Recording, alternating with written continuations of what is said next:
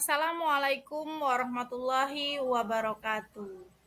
Nama saya Mutiara Rahma, Kepala SDIT Mufidatul Ilmi Banyuasin, Provinsi Sumatera Selatan.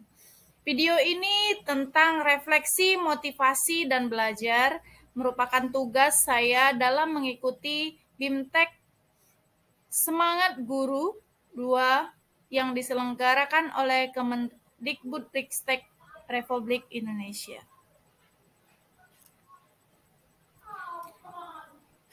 Tujuan video refleksi, motivasi, dan merdeka belajar ini yang pertama yaitu untuk merefleksi pemahaman baru tentang motivasi dan merdeka belajar.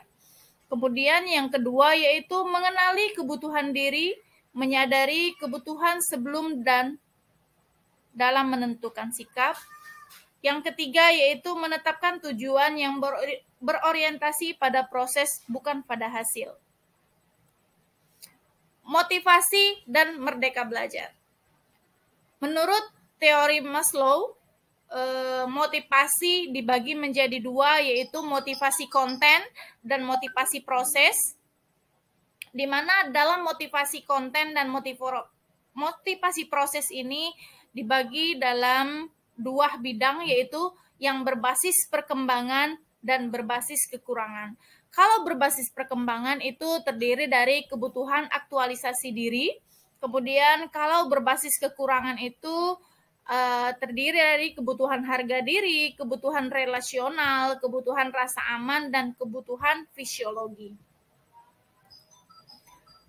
Merdeka belajar sendiri merupakan pembelajaran yang berorientasi pada murid, pekah dengan kebutuhan murid di kelas, dan karakteristik individu yang unik di dalam kelas. Pembelajaran merdeka belajar juga mengedepankan pembelajaran yang menyenangkan, kemudian berdiferensiasi, pembelajaran yang berpihak pada murid, kemudian guru juga dapat menciptakan pembelajaran yang tidak monoton. Bagaimana cara melatih motivasi guru? Profesi guru sangat rentan stres. Mengapa guru mengalami stres? Ada sejumlah tantangan dan pengalaman yang menyebabkan guru stres. Antara lain, yang pertama yaitu guru menangani puluhan murid dengan beragam karakteristik pada waktu yang bersamaan. Yang kedua yaitu guru menghadapi puluhan orang tua dengan beragam karakteristik. Kemudian yang ketiga, guru menghadapi tuntutan dari manajemen pendidikan untuk mencapai target sekolah atau madrasah, pemerintah daerah dan pusat. Keempat, guru perlu beradaptasi dengan sejumlah perubahan seperti kebijakan, isu sosial, teknologi, dan banyak lagi. Yang kelima yaitu guru memadukan tuntutan kurikulum dengan kebutuhan murid. Guru mendapat tanggung jawab besar, tapi seringkali otonominya dibatasi banyak pihak. Yang ketujuh yaitu guru seringkali masih bekerja di malam dan di akhir pekan. Dan yang terakhir yaitu guru tidak jarang menggunakan uang pribadi untuk peralatan pembelajaran murid. Artinya apa? Ada 8 pengalaman yang kerap kali dirasakan oleh guru yang memicu stres ketika bekerja. Lalu bagaimana cara melatih motivasi guru? Yang pertama yaitu kita harus memetakan kebutuhan diri dengan hierarki kebutuhan Maslow. Satu yaitu menumbuhkan motivasi dapat dilakukan dengan memetakan kebutuhan, sadar akan tujuan yang ingin dicapai. Kemudian yang kedua yaitu menyusun tujuan pengembangan diri. Guru perlu melakukan refleksi secara berkala sebagai kemampuan metakognisi yang memantau proses belajar. Dengan begitu, guru dapat mengetahui tantangan yang dihadapi sehingga dapat menentukan strategi yang bisa dilakukan.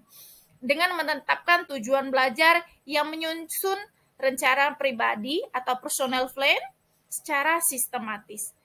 Proses yang dilalui menjadi bahan refleksi untuk evaluasi dan pengembangan diri. Yang ketiga yaitu merancang strategi umpan balik yang berkelanjutan. Guru dapat merancang di buku catatan atau di jurnal pribadi, kemudian melakukan penilaian diri atau antar teman secara berkala dan konsisten.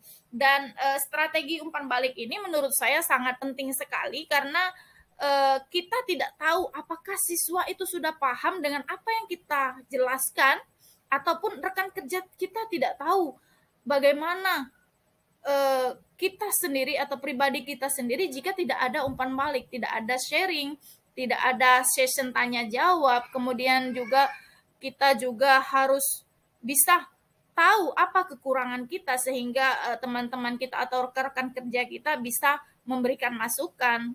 Begitu sangat pentingnya umpan balik dalam menjalankan profesi sebagai seorang guru. Tips mengelola motivasi dan menerapkan merdeka belajar bagi guru. Di bawah ini ada 3 tips yang saya berikan kepada semua yang menonton video ini. Tips yang pertama yaitu mempertahankan motivasi untuk terus mau mengembangkan diri. Saat ini pemerintah Indonesia khususnya Kemendikbud itu banyak sekali menyediakan platform yang mempermudah kita untuk mengikuti bimbingan teknis, pelatihan, sosialisasi, di mana BIMTEK sosialisasi ataupun pelatihan ini dapat mengembangkan diri kita. Kenapa? Karena kita mendapatkan ilmu baru atau update ilmu yang nantinya dapat kita terapkan di dalam kelas. Guru harus bisa memotivasi dirinya untuk terus mengembangkan diri, karena dengan mengembangkan diri, guru dapat menyesuaikan dengan era kemajuan zaman sekarang, menyesuaikan dengan kurikulum baru, kemudian menyesuaikan diri untuk terus berbenah dan mengembangkan diri menjadi guru yang disukai atau dicintai oleh murid.